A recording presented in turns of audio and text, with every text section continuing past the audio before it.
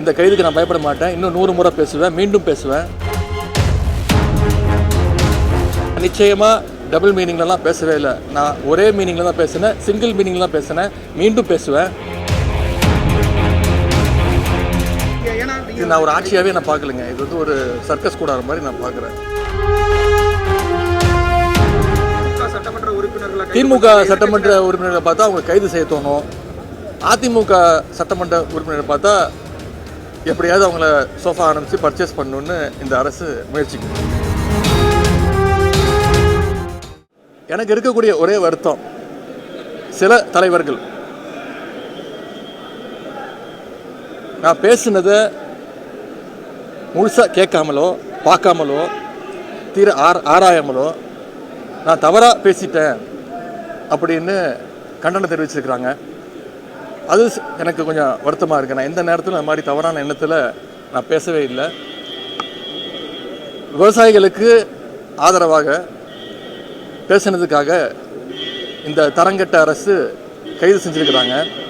நான் மீண்டும் சொல்கிறேன், இந்த கைதுக்கு நான் பயப்பட மாட்டேன். இன்னும் 100 முறை பேசுவேன், மீண்டும் பேசுவேன். அதில் சில பேர் சொல்லியிருக்கிறாங்க, நான் இரட்டை அர்த்தத்தில் பேசிட்டேன், டபுள் மீனிங்கில் பேசிட்டேன் அப்படின்னு சொல்லியிருக்கிறாங்க. நான் நிச்சயமாக டபுள் மீனிங்லலாம் பேசவே இல்லை. நான் ஒரே மீனிங்கில் தான் பேசினேன், சிங்கிள் மீனிங்கில் தான் பேசினேன், மீண்டும் பேசுவேன். கடந்த கால ஆட்சிகளில் அரசு எடுத்த முயற்சினால, எங்களுடைய தலைவர் எடுத்த முயற்சினால காவிரியில் தண்ணீர் திறந்து விடப்பட்டு விவசாயிகளுக்கு தண்ணீர் வந்திருக்கு. இந்த முறை தண்ணீர் வரலை.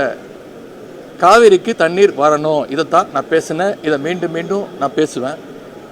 எனவே இந்த மாதிரி பொய் வழக்குகளுக்கெல்லாம் பயப்பட போகிறதில்ல. இது சட்ட ரீதியாக சந்திக்க நான் தயாராக இருக்கின்றேன்னு. இது நான் ஒரு ஆட்சியாகவே நான் பார்க்கலைங்க. இது வந்து ஒரு சர்க்கஸ் கூடாத மாதிரி நான் பார்க்குறேன். ஒரு பயமுத்தணும், டைவர்ஷன் தான், வேற ஒன்றும் கிடையாது. திமுக சட்டமன்ற உறுப்பினர்களை பார்த்தா அவங்க கைது செய்ய தோணும்.